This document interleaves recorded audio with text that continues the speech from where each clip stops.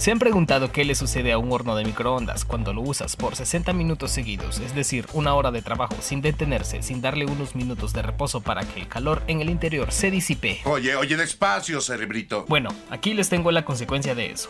Pero antes, pongámonos en contexto. Una amiga me mandó un mensaje diciéndome que tenía problemas con su horno de microondas, el cual había dejado de funcionar ni encendía el display numérico del panel frontal de los botones, y también se percibía un olor a quemado. En resumen, estaba muerto. Entonces le empecé a preguntar detalles de la falla para saber cuál fue la causa de la avería. Y resulta que el pequeño detalle que averió el microondas fue que lo usaron por aproximadamente 60 minutos seguidos preparando sopas instantáneas sin descanso. ¿Cómo les explico? No me pregunten por qué tantas sopas, porque no lo sé. A ver, en primer lugar, lo que sucedió. Pues es evidente que al ser usado por mucho tiempo, hubo un sobrecalentamiento y sobrecarga en los componentes de alto voltaje encargados de alimentar al magnetrón que genera las microondas. Por cierto, si quieres saber más sobre cómo funciona un microondas y sus verdaderos riesgos, te dejaré un video en la descripción. Ok, sigamos. Les explicaré qué sucedió en este caso en específico. Al ser usado el microondas por tanto tiempo seguido, provocó que el capacitor de alto voltaje se cocinó, literal, así como lo escuchas. El capacitor colapsó, se sobrecalentó, tuvo una sobrecarga, lo cual ocasionó un cortocircuito interno en el capacitor. E inmediatamente el fusible de alta tensión se quemó por obvias razones. El microondas es capaz de hasta cocinar sus propios componentes, así que si quieres ver cómo quedó internamente, vamos a hacerle un unboxing al capacitor.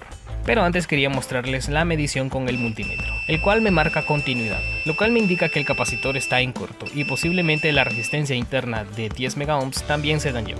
Esta medición no debe de suceder en un capacitor de alto voltaje. Para comparar uno en mal estado con uno bueno, voy a medir la continuidad de este capacitor en buen estado, el cual por ninguna razón debe marcar continuidad.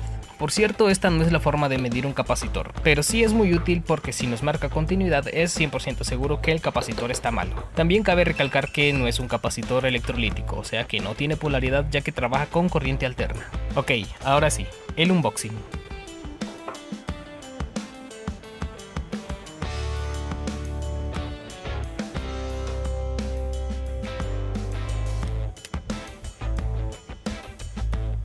Lo primero que notaremos al abrir el capacitor es el líquido que se encuentra en el interior. Este es un aceite, y no cualquiera, es un aceite dieléctrico, y su función va desde el enfriamiento hasta su función principal, la cual es servir de aislante entre las placas del capacitor.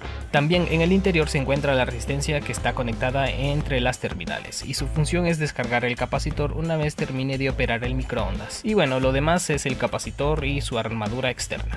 Básicamente está compuesto por láminas o placas plegadas entre sí, y si lo desenvolvemos nos encontraremos con más de 10 metros de largo.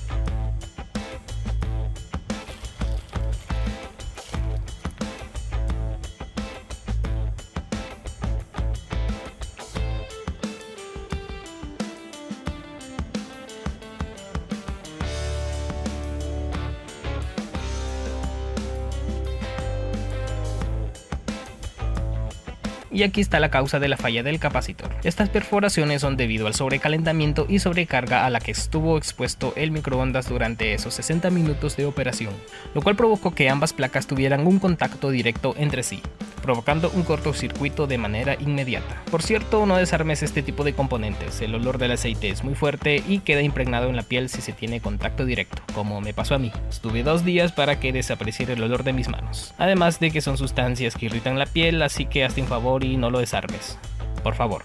Pero aquí hay muchos factores a tomar en cuenta. En primer lugar, los hornos de microondas traen protección contra sobrecalentamientos, que son los fusibles térmicos. Generalmente cuentan con dos, uno que va cerca de la cámara de cocción y otro que está sobre el magnetrón. En el mejor de los casos, estos protectores se abrirán para proteger el circuito eléctrico. Pero en este caso y en muchos casos, estos componentes de protección no actúan. Por lo cual vamos a ver el funcionamiento de los componentes de alta tensión del microondas para explicarte cómo se dio la falla del capacitor. También no quiero entrar en tanto tecnicismo para tratar de ser lo más claro y breve posible, así la mayoría me podrá entender. Al presionar el botón de inicio del panel frontal, los componentes de alto voltaje comienzan a funcionar, controlados por un circuito electrónico o por un timer de perilla en los más antiguos. Al estar en funcionamiento, el transformador recibe los 110 o 120 voltios de alimentación, los cuales transforma a 2000 voltios. Estos son distribuidos entre el capacitor de alto voltaje y el magnetrón. El capacitor, el cual está ubicado en la parte inferior derecha, justo debajo del ventilador, almacena y aumenta el voltaje arriba de los 2000 voltios para el funcionamiento del magnetrón. También en una de sus terminales está conectado el diodo de alto voltaje, el cual es parte del funcionamiento del sistema de alta tensión. Y mientras estos componentes están en función, automáticamente desde que se presiona el botón de inicio, el ventilador se activa. Y su única función es enfriar el magnetrón mientras este esté en funcionamiento, ya que la temperatura de este componente se eleva muy rápido debido a la generación de microondas. Y cuando finaliza el tiempo de cocción establecido por el usuario, tanto el ventilador como el sistema de alto voltaje se detiene. Ok, ahora que ya tienes una idea del funcionamiento interno del microondas, entonces lo que sucedió fue lo siguiente. Al estar en funcionamiento por varios minutos seguidos, el sistema de alto voltaje se fue sobrecalentando y también se fue dando una sobrecarga en el capacitor, ya que es un componente que almacena muchos voltios. Y al no darle reposo al microondas provocó un colapso o cortocircuito en el capacitor, ya que son dispositivos que no están diseñados para operar por largos periodos de tiempo, a diferencia de los capacitores electrolíticos. Y también un detalle interesante es que los protectores térmicos no cumplieron su función de proteger el circuito de sobrecarga o sobrecalentamiento. La decepción.